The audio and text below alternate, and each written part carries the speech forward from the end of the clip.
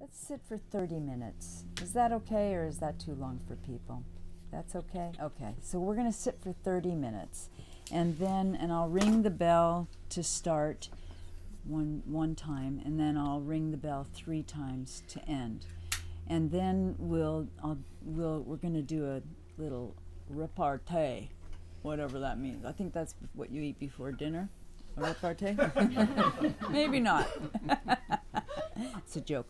We'll figure out something. Yeah. All right. So and then we'll have a loose Dharma talk and have people, dialogue with us. Okay. Not only because I'm feeling kind of cuckoo, woozy, but also I think it works well. I think it really works well. It gets more. It's organic. It's more personal. I think it. So just find a comfortable position where you can have your legs in a comfortable position. You can have your hands in a comfortable position. And all you need to do is to just gently close your eyes. Gently close your eyes. We're going to sit for 30 minutes. I'm going to ring the bell once for beginning and 3 times to end.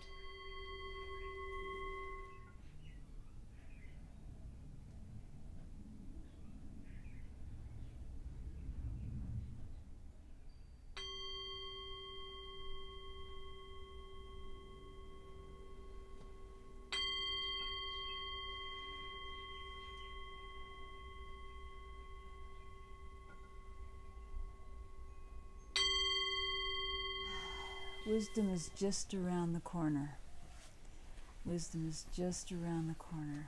We know it's there in some ways. We hope it's there, but I think it's something we've been talking about all week. Is the idea of wisdom. And but before we get into that, I got a present today from a friend of mine.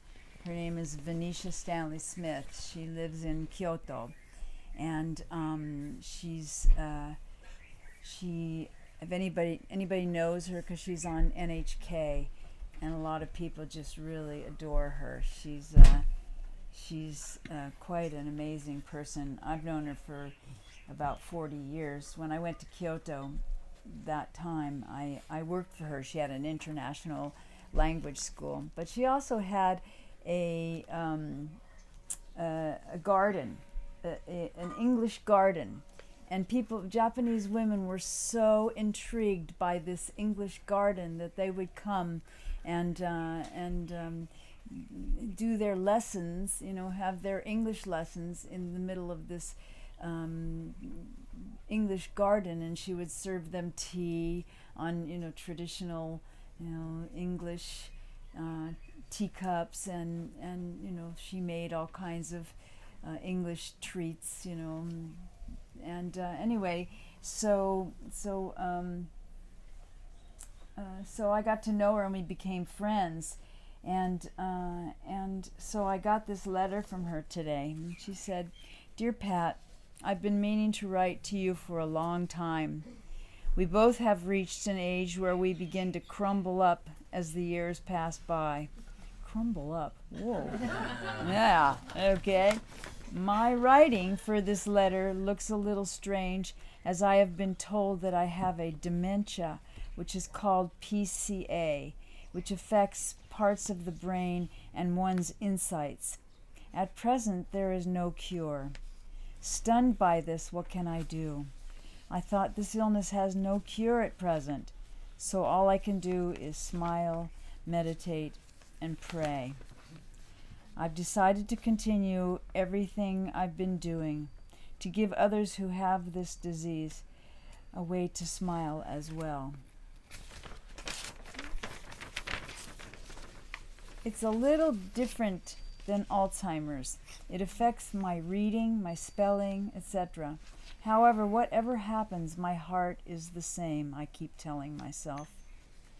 bless you and pray for your recovery. I hope that I will be able to continue with my life stream to help the world be a little more peaceful. So wishing you the best of each and every day. Much love and much happiness.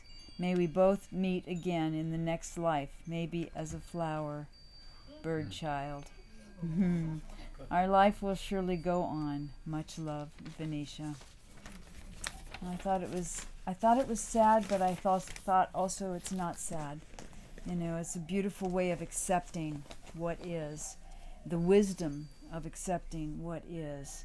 I mean, she has 4 children. She has this television program. She has this beautiful garden, this amazing thing that she's doing. She's so well loved. I'll leave it so people can look at it after if you'd like to. And I'm trying to figure out what to write back to her about wisdom, about her own wisdom, and about the wisdom that I've been thinking about in this process that I'm going through. I kind of thought it was going to be a process that you start at the beginning and you just diminish and just go and poof, you're gone. It's not like that. It's up and it's down. It's up and it's down. Every day is different. You know, yesterday I was up and playing and we were having fun, and John did some amazing healing work, and the other day Alan and Rosie did some amazing healing work, some Reiki, and people have been giving me these beautiful healings, and I feel so good. I feel, gosh, this is like I'm on my way up. And then the next day, I mean, it may just be like the rest of all of us, you know, you get sick and you don't feel good one day and then you get better. I hope that's the case, but it feels like there's something to gain in terms of the wisdom of this process. You know, I want to understand what it is that I am to gain and I am to share. And so, you know, John and I have been talking a lot about this because it's, you know, it's not understandable on the conscious, logical level. It's not something that I can say, okay, these are the processes, these are the things that happen every day, and these are the things that come along here and now and then. And I wanted to ask John to share something of, you've been here now with me 2 weeks, I think, and doing all different healing processes. What have you noticed? What have you noticed about this? Well, as a process, I think that when you're in this situation, you're in a twofold process. On the one hand, you want to extend life, you want to keep things going, you want to heal what can be healed.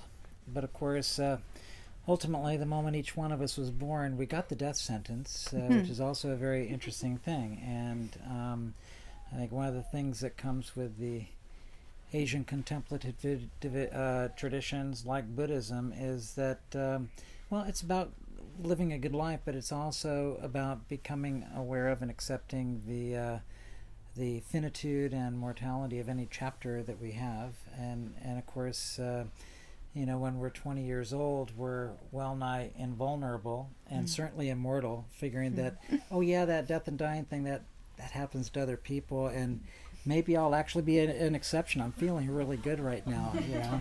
And then, of course, you know, with the decades that go by, you know, we experience the little inconveniences, the injuries that don't quite heal all the way, the discomforts that seem to come and go in a somewhat mysterious fashion.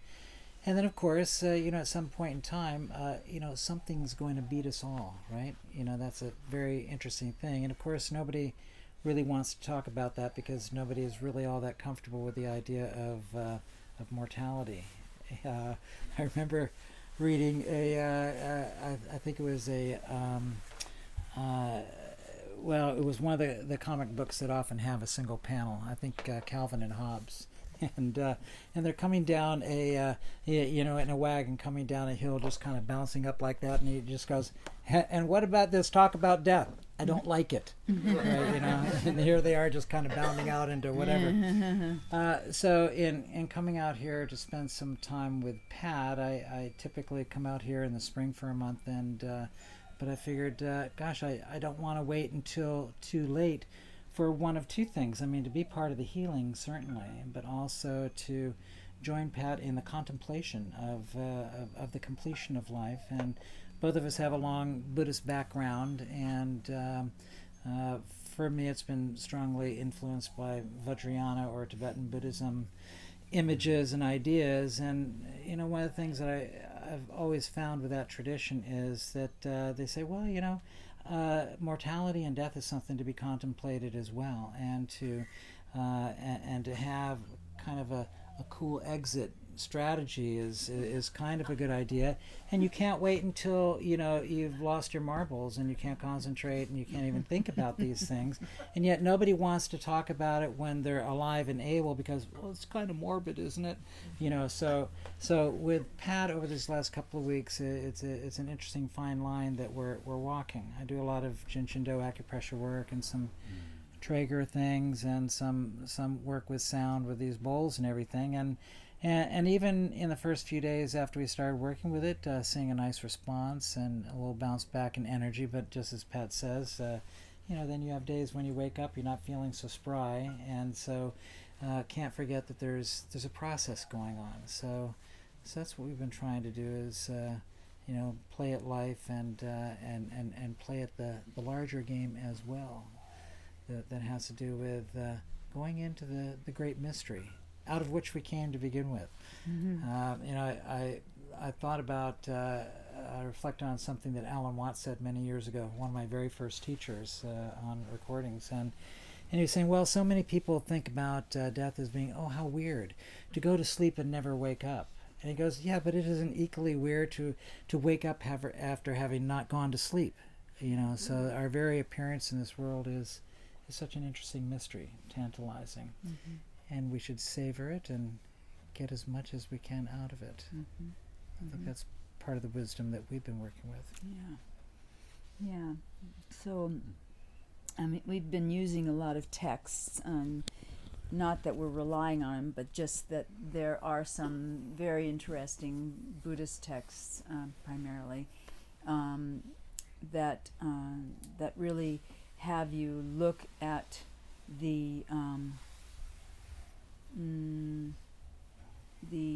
things that happen along the way. There's the Tibetan Book of Living and Dying, of course, which we refer to quite a bit. There's also a distillation from that book that I talked about last time, that was written by a professor. I think he's at Harvard. I think he is. His name's Jeffrey Hopkins, and he used to be the translator for His Holiness the Dalai Lama. And so he's distilled even further some of the ideas and the processes that we all go through, and that I'm going through first. So I think I'm first. I don't know. Maybe somebody's ahead of me here. But there have been a few billion that have preceded. I meant right here. And oops, sorry. Did that? Testing. Yeah, and and so there's like a list of things that that is given in this text, of things that you should be paying attention to, things that you might want to look at. If you're interested in the book, I'll share it with you afterwards. It's quite an interesting text. It's a little bit academic, a little bit too academic in some ways. Sorry, John, but it's important. It's an important book, and I think taking a look at it. Bob gave me some of Sumedho, who's a Theravadan monk who's a friend of Bob's. One of his CDs which I've thoroughly enjoyed. You know, that he talks about, you know, his own experiences, and it's quite lovely. So I wanted to make this much more of an open dialogue rather than us, you know, just, you know, spouting things off. But we also did want to share what we've been doing, you know, for these last weeks, because I have seen great improvement, and with what Rosie and Alan are doing, what Sally has done, everybody, the people that have come forward and offered healing practices, healing that they do, and so I have seen great progress from these healers, and from the readings as well. So it's touching the mind and touching the body at the same time, you know. And it's the psychological healing is as important, I think, as the physical healing. So I'm willing to share some of that. I'd love to share some of that with all of you. Is there anything that you can think of that you'd like to share with us? I know Claudia's been away and you haven't seen what we've been doing, and I didn't want to do a formal Dharma talk because I wasn't feeling good, but I want to share, and I want to open up the space for people to ask anything that you might want to ask, or share anything that you've experienced. Karen, for example, she's got a lot of experience with this whole thing, having her own bouts with cancer. And Lola, didn't you also have Yeah, I have a list? an illness, but it's interesting you heard list, because if anyone else is interested, the list, it might interest, it interests me, the Hopkins list. Is that too extensive to talk about? What do you think, John? Anyone else is interested? No, not really. Well, his book, which he prepared with Lati Rinpoche, who is a Geluk High Lama, is a really thin book that I really like a lot. When I taught courses on Buddhism, when I got to Tantric Buddhism and the Bardo Total, or the Book of Liberation Through Hearing in the In-Between State, yeah, I mean, you can't just kind of throw that book at somebody. Well, you could, if you really had a good reason. But this one book on death, the intermediate state, and rebirth in Tibetan Buddhism is a real gem. It one of the big takeaways that I have with it is that you know, we ordinarily think of death as an event that happens at a discrete moment in time, but their position on it goes, no, I mean, it's a process. It's a process that goes through stages, and if you're even watching the you know, the gradual fading away of somebody, you actually see these different stages as they're going on. But one of the really interesting things about the paradigm that they did develop in that tradition is that even as you can see a kind of a sequential diminution of the powers of the different elemental forces, which they talk about in terms of the rubrics of earth dissolving into water, and water dissolving into fire, and fire dissolving into wind, and wind dissolving into space. They say that, well, you can observe certain things that are going on physiologically with the person during that time, but then they also talk about, you know, what's the subjective experience going on inside for somebody during that time. So I think that one of the takeaways from that teaching for somebody that wants to kind of look at that while they're, you know, still perky, you know, but have also kind of thinking, well, what's that all about anyway? You can get a certain idea of what to expect, such that when these changes in the gradual dissolution of ordinary consciousness are occurring, there can be at some level a recognition of what is going on, and a more mindful participation with that makes it easy to go with it, you know, rather than having a lot of, you know, confusion or difficulty at the end because of just not having any way of understanding what the heck is going on. Right. Well, I actually am familiar with the text now that you talk about it, but so this is a perfect time to ask. Sure. Does this process occur over days or months or years or hours? Yeah. So the question is does that breakdown process, Right. that fading process, happen real quickly or real slowly? And the answer to that is yes and yes, because it can happen rather precipitously, but it can also happen over a lengthy period of time. For example, the dissolution of the earth element, it shows up with a diminishing of physical strength, diminishing of physical mass, but eventually culminates in in the body feeling so heavy you just can't lift it and get out of bed. I mean, that would be a sign of the final dissolving of the earth element. But then after that, they say that then it's the water element that dissolves and loses ability. So, you start seeing about the person is not really that good about the regulation of fluids, the homeostasis of fluids in the body can lead to kind of edema in a serious way, or collections of fluids in parts of the body, disturbing of the whole urogenital system, all the things that depend on fluids. And at the end of that, it's very interesting is that they say that the teeth get all dry and scummy, because there's also withdrawal of saliva as a fluid. And so they talk about the element of water dissolving into fire, and so there's a drying up, there's lack of regulation, then subsequently a drying up of bodily fluids. And then another stage that happens after that is a person's body temperature is starting to fluctuate, and the body can no longer kind of hold a steady temperature, so there can be fever and chills and things like that accompany that thing. And then finally, you have fire dissolving into air, and that's when breathing starts to become irregular and difficult.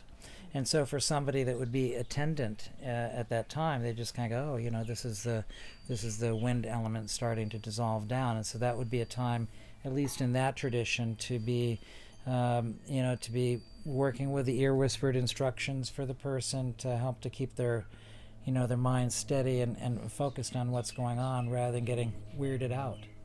God knows we have enough in our subconscious, right, to go on a really strange ride at the end. So the idea with the Bardo Toldo is having a reader that's actually kind of keeping the person on track with what's going, so that they don't have to, and to help to bring the mind back to kind of a meditative way of appropriating and working with the process itself.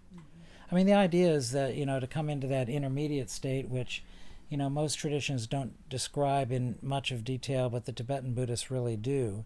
But coming into that intermediate state as a relatively balanced, and in the case of a practicing Buddhist, in a bodhisattva state of mind, as it were, such that one's identity as a being who's the indivisible union of wisdom and compassion, that's the formulaic way in which they would put it, is a stronger sense of identification than one's own passing, personality identification that is now useless, right? Can't take it with you, that kind of idea. Yeah, I am experiencing some of those elements and those elemental changes, but they don't seem to last. Okay, they pass, and then I'm back to my normal state. So I think when it gets to a point that it's going to be that I'm not coming back to my normal state quite so often, that's the real process beginning. Yeah. So, but I am experiencing, for example, the edema. For example, sort of some of the things that John mentioned, I'm already going through, but again, not lasting. So, yeah. I wanted to ask Alan, is he back there? Is Alan back there? Here. No, the other Alan. Karen's Alan. Ron? Ron, sorry. Ron. I'm sorry. I'm getting things mixed up. I just wondered if you could get the book. It's on my desk on the right-hand side. What's the Sorry. It's a difficult name, I'll tell you right now. It's like the yeah. Are we talking about the Hopkins book? Yeah. Yeah, it's Death, Intermediate State, and Rebirth in Tibetan Buddhism. And the nice thing about it is it's a thin volume, and the informational part of it is actually really summarized in the first 16 pages, which is really great. And then there's a section at the end where there's a Q&A, questions and answers. Okay. So you can kind of tune into the the traditional way in which Tibetans dealt with it. But even if you didn't buy the entire thing, line, hook, and sinker, just in terms of its whole phenomenology of the process, I think is really quite illuminating. Yeah. And I've seen that happen that way, in that way twice. And in those cases, actually very short periods of time, but you could see the stage-by-stage process happening, like in the course of, in one case, over just a few days. Yeah. No, I can see it happening over decades. Yeah, of course you can. Yeah, absolutely. Accelerating. Yeah. Harry was just saying, his mother didn't go through the fire stage. Her temperature remained stable. Uh-huh. She died at 99, and she went through a lot of what you said, but I don't think she went through the fire stage. Okay. I think her temperature was stable right through to the end. Okay. But the others, so Yeah. I guess it's not a... Well, and also the diminution of the fire element can also mean a failure of the capacity of the digestive fires to actually, assimilate food. So that's a more subtle thing, but it would be the fire element in there as well. But it's also intended to be, this is a general kind of stage by stage thing, and of course we know, like with any of these things, there's a lot of individuality, person to person, and different people have, probably a stronger constitution in some of those areas than others, and so that would change the sequence. But overall, I think the sequence is really quite interesting, the way it's laid out. And I think that, so many people, when they're faced with that sort of thing, we have no training, right? We never take a course, we never take a course in death and dying, unless you took Mitsuyoki's class at the University of Hawaii that he did for many years, only one semester a year. But, most people don't get any training in that, and so when it does come up, and it will come up in our lives, our family members, our parents, our older friends and everything like that, we're typically rather underprepared. Right? That's why something like this is so good. I started taking notes on it, and this was the first page, and I thought, you know what, forget about it. I'm just not going to take all these notes. It's just crazy. And then I asked the question when I was reading it. What can we do when all of this happens? And so the answers were both from John and from the book. It says there's an aspiration prayer. There's a medicine Buddha that you can look at. There's a long life prayer, and there's medical assistant. But the most important thing is that we have to learn to be relaxed and resting and quiet and focusing our minds on the first dissolution, and then remembering to practice compassion.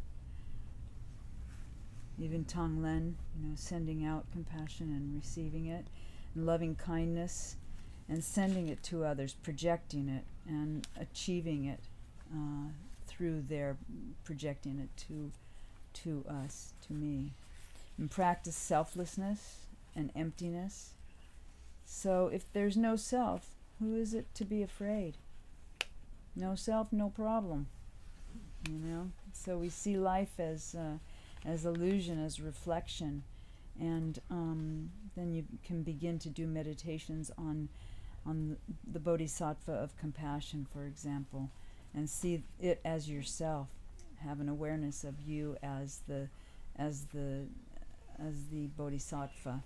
So loving the bodhisattva and then bringing the bodhisattva into your own heart, and then moving towards transforming consciousness at the moment of passing, of death. So I just started writing these things down, and I found it quite helpful, actually, because then I could remember to do it as often as I could. The prayers, the visualizations, the bringing of the bodhisattva of compassion into my own heart, sharing it with others. Those are important things, and sharing it with others, I think, is one of the most important things. Not just what's happening to me. It's letting out that compassion, giving out that compassion to others around us, and I don't know if you want to say anything about that, Well, Honey Bunny. Well, when you think about the event of our eventual demise, the way I look at it is there are three major issues that come up with in terms of how this is done. For one, I mean, it is something that one has to go through, right? And I don't know why, but everyone seems to be not all that thrilled about the idea. I remember Woody Allen once said, "Well, I'm not really afraid of death. It's the dying I'm concerned about." and I think that is there. So nobody is really delighted about the prospect of it. So the question, from a personal standpoint, breaks down into two things. I think number one is that, well, shouldn't one want to kind of optimize and make the best of the experience possible? I.e. to have a nice, smooth and graceful exit of some sort. I mean, when I went to Catholic schools when I was small, and I remember in third grade, I was just riffling through a book of prayers. Oh yeah, and one of them that I came to was prayer for a happy death. I just had to close the book at that point. I just kind of got, this is way too morbid for my taste, right? But of course, I was only in third grade, and so now I just kind of go, where was that prayer? What page was that on? Because of course, it sounds like a real smart thing to do to actually affirm that, yeah, I'd like to have a happy death. I'd like to have a good exit, a positive exit. Connected with that idea that we have in here, and I think with just any faith tradition, is that, yeah, but what about after that? It's the whole question of the continuity of consciousness, soul essence, individuality, etc. And the interesting thing about that is that everything that we know is just hearsay.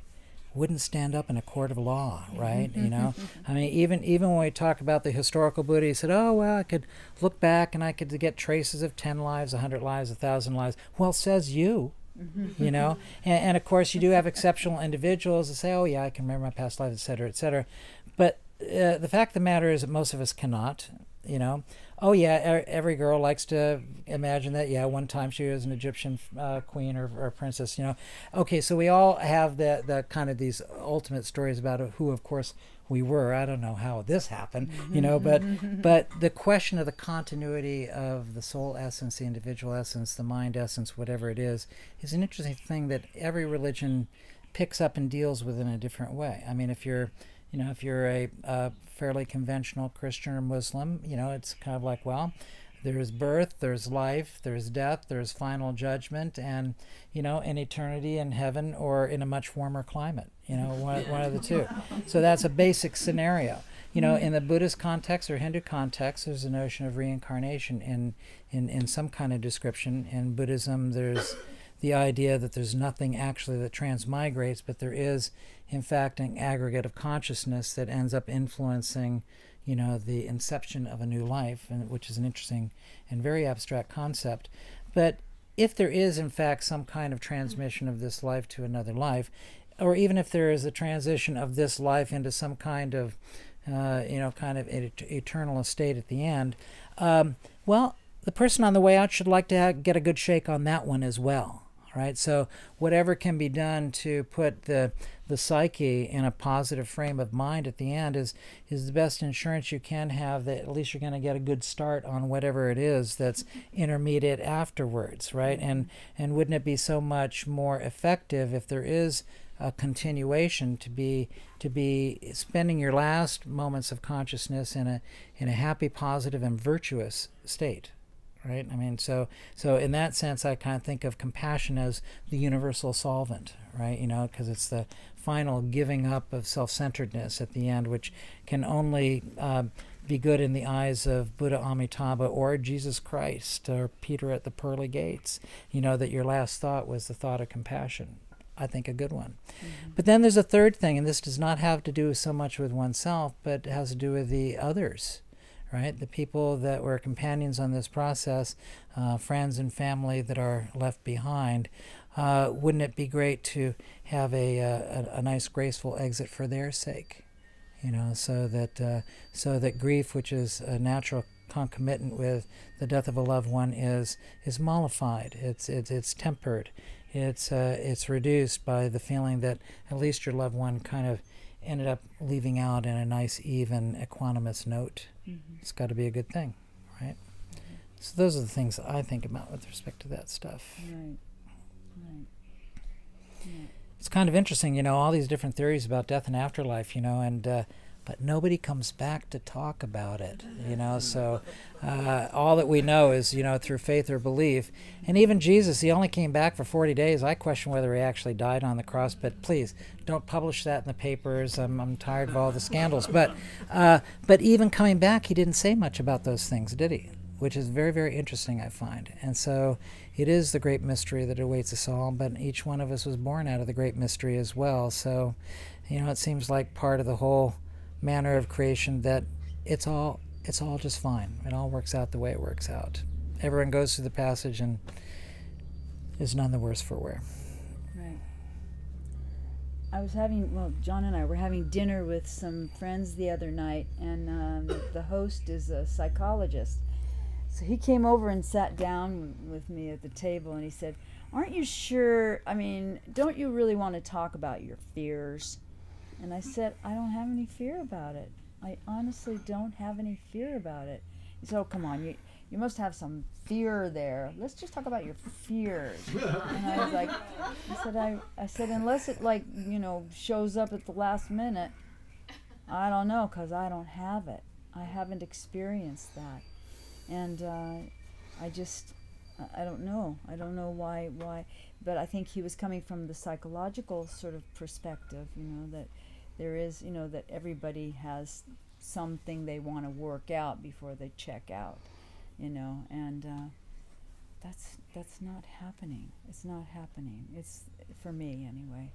And that idea of the wisdom is just around the corner is kind of my way of saying, yeah, everything's going to be okay. That's the way I feel. Everything is going to be okay. So, I don't know if that's covering up some kind of fear. I don't think so. Alton. This is sort of about before one of us departs. I had this dream about you that I should ask this question. First of all, I want to say how much Lee and I love you. You're such a shining light. You're so nurturing. You're so generous. Anyway, I want to know, have your permission that before one of us departs, if I could sexually harass you.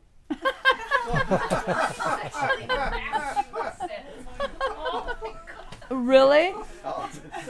Really? Alton. Just kidding. I know. But I did dream that. That was the dream? That's too funny. You've been watching too much news. That's right. Oh my God. Definitely. That's a great dream. Yeah, that's great. No. Anybody else have any? What was that? She answered the question. Oh. Pat, last time you said you weren't buying the fact that you were going to die.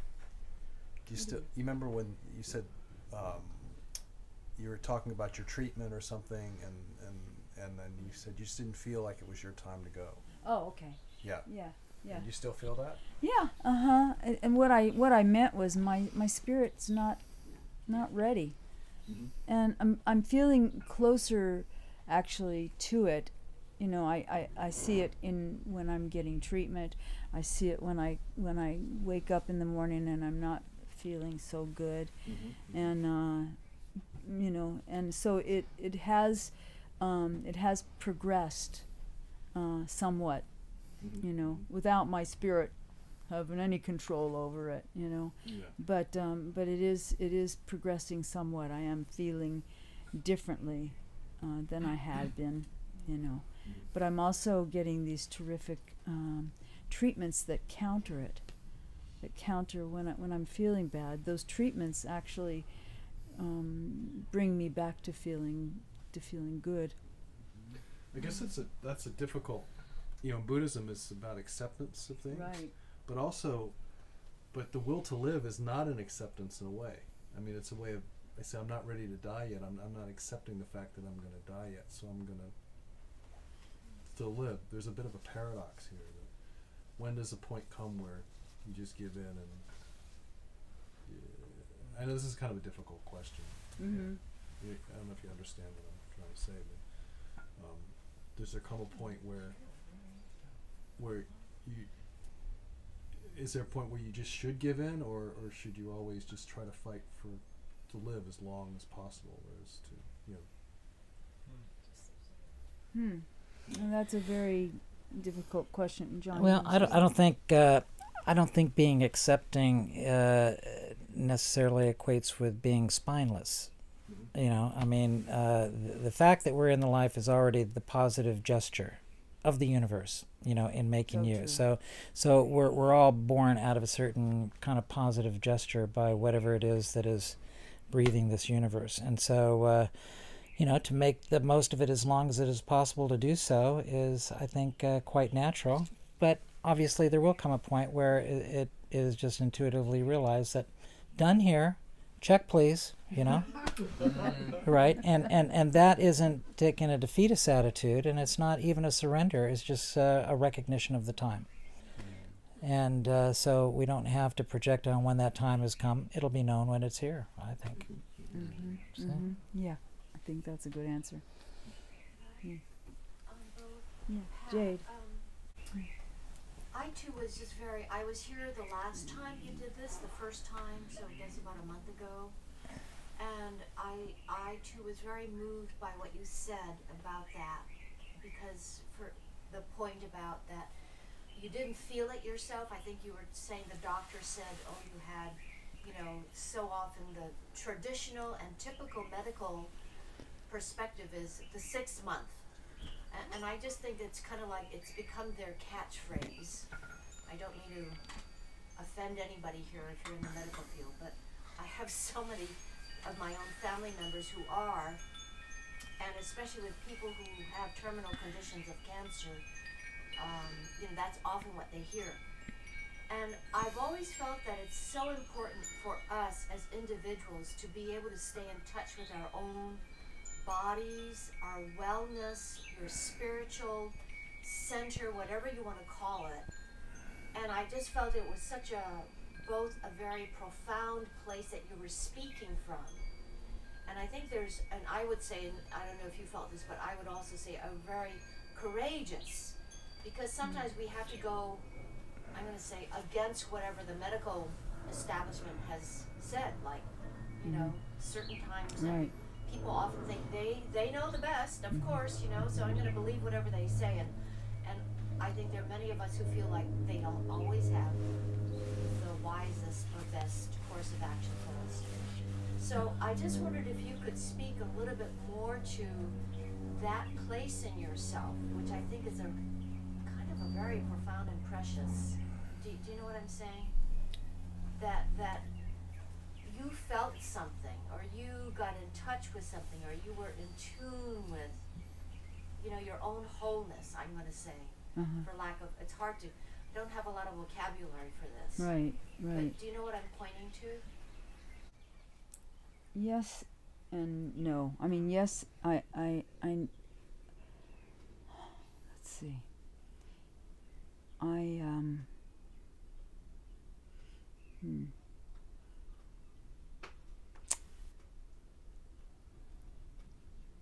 Well, I know that,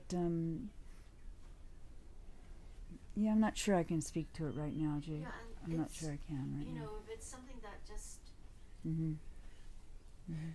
Well, you know, I have some compassion for doctors that are in that position, right? You know, I mean, what are you going to tell a person and their family about this? And for one thing, even when they're looking, well, they're looking on the basis of what they've experienced with other people with similar presentation, and they're kind of working with whatever they've been taught in their education or in their present journals.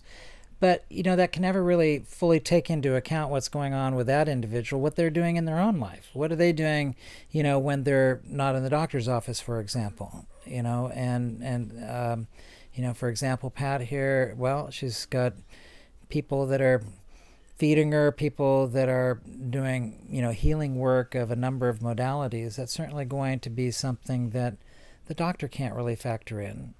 and can't even really foresee.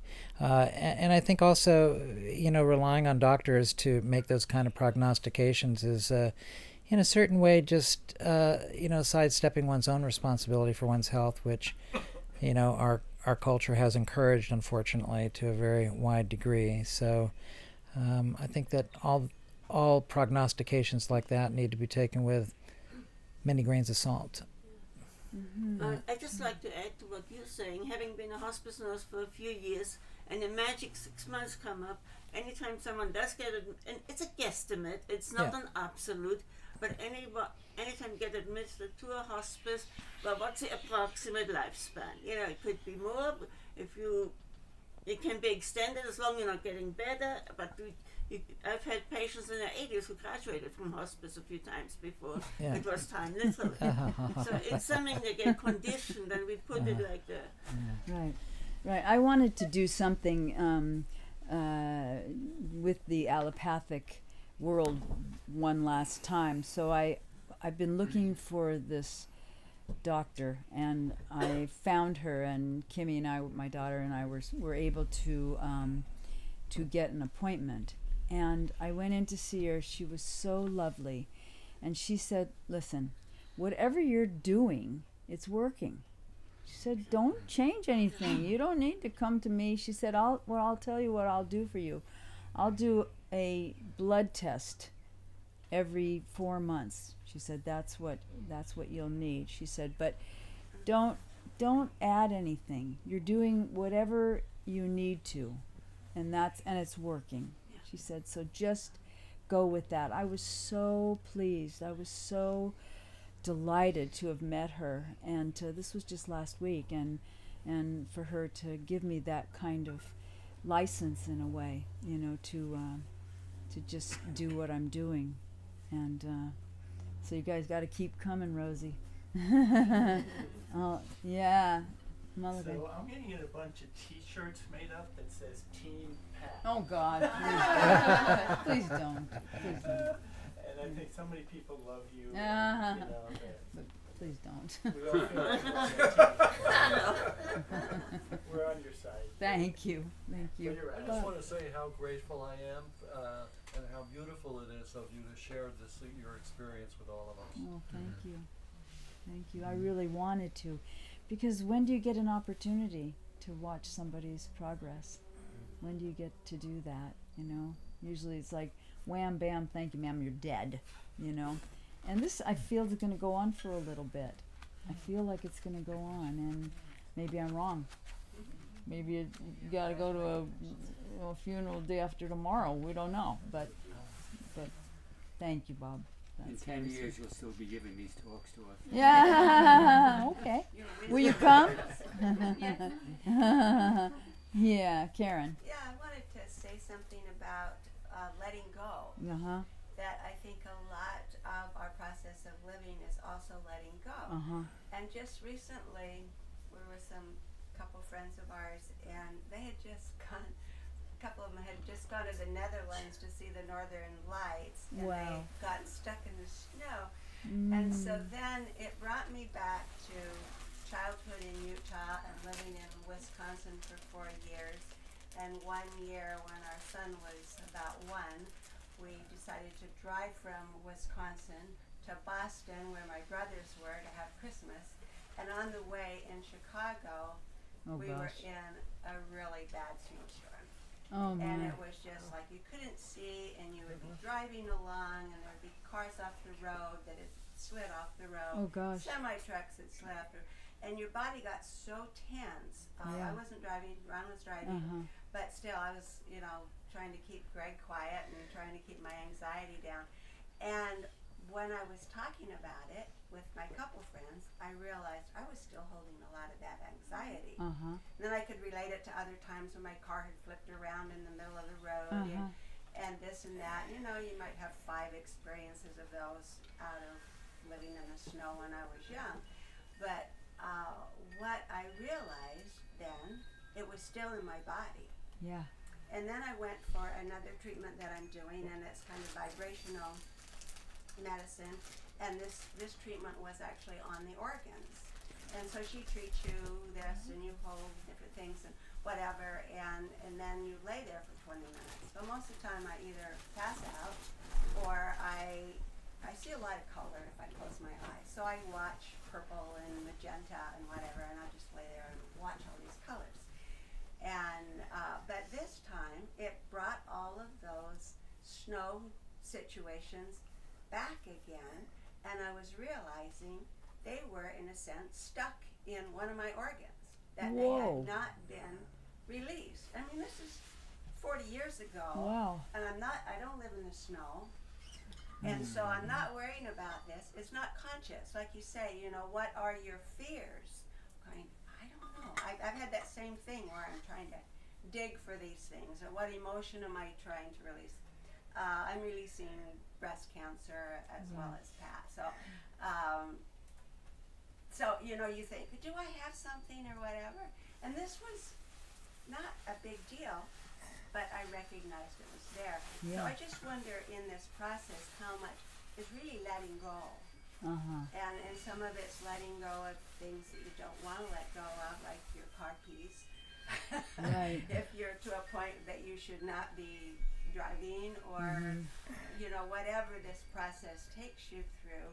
But so that was my little wisdom of this last week, was I actually had no idea that from 40 years ago I still worried about snow on the road. Wow.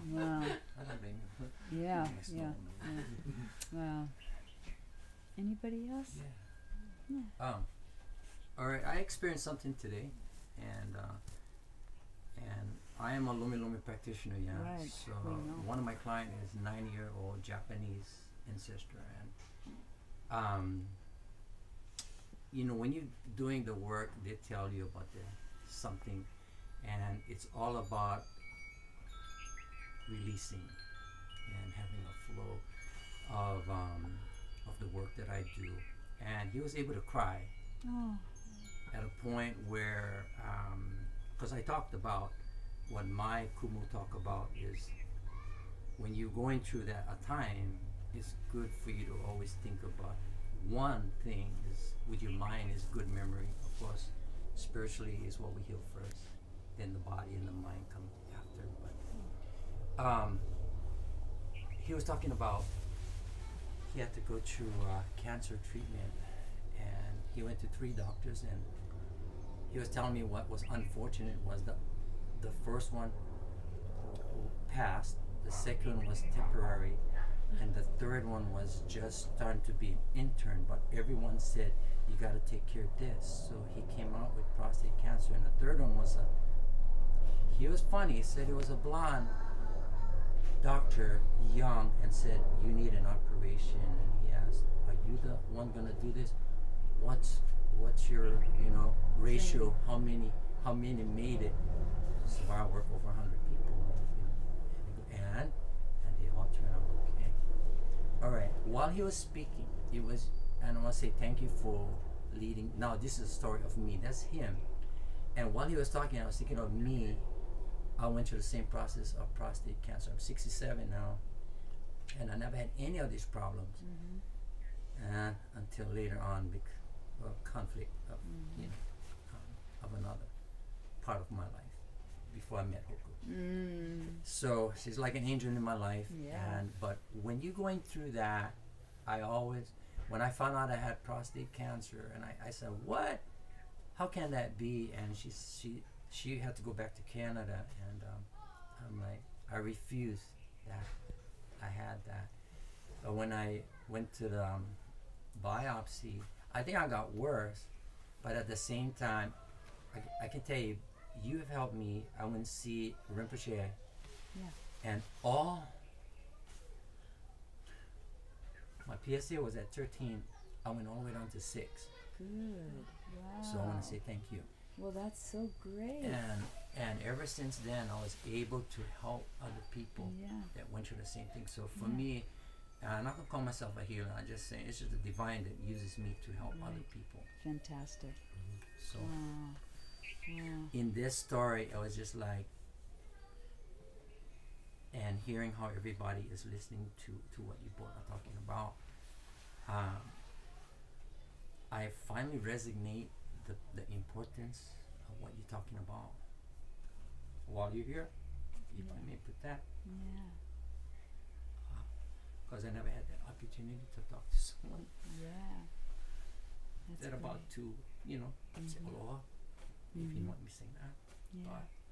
But to me, it's an encouragement to everybody who has to suffer from that, and you don't have to suffer Right. at the same time. Right. So the way you let go, the way you're,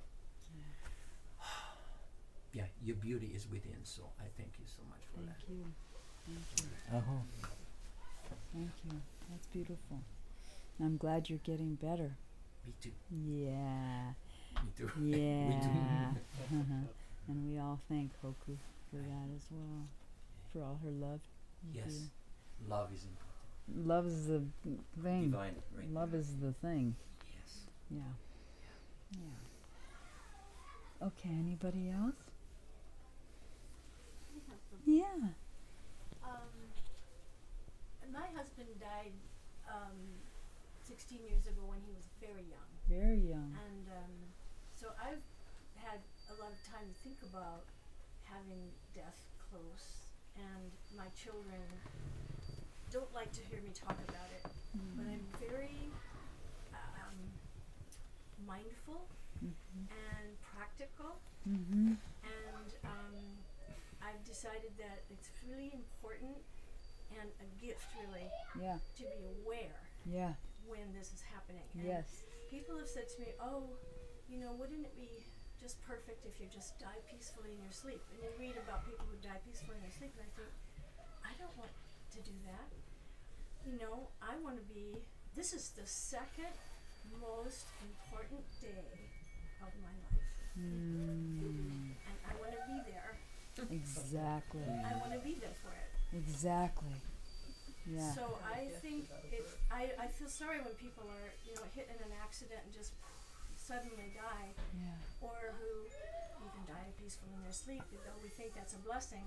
I think it's a blessing and a gift if you get to experience that amazing point in your life that you only experience once when you're born, and then you're not aware of it. But this time we get to be, and I think that it's really important and can be looked at as a gift if we go that way. Thank you. Thank you for sharing it, and I hope you do continue to share it.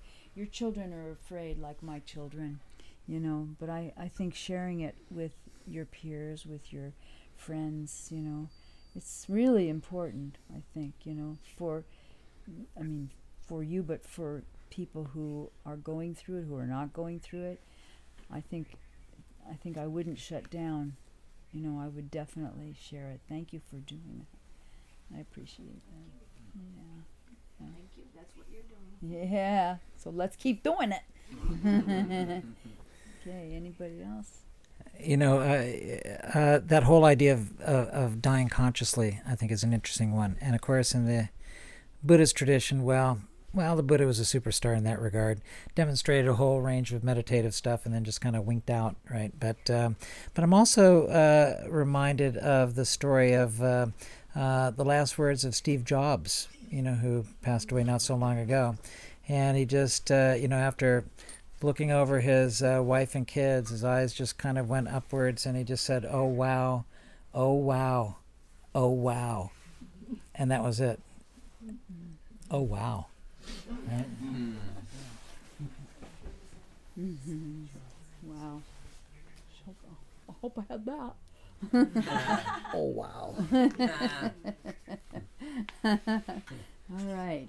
Well, I want to thank you all for coming. I hope that was enough, because I didn't prepare my usual paper and pen presentation. Sorry. So sorry, Ray. Anyway, but thank you for coming. We have lots of goodies that people have brought. Please stay and have some, because we don't want to just put them back into containers and put them in my fridge or in somebody else's fridge. So please have some nice things to, yeah. Hey, thank you. Aww.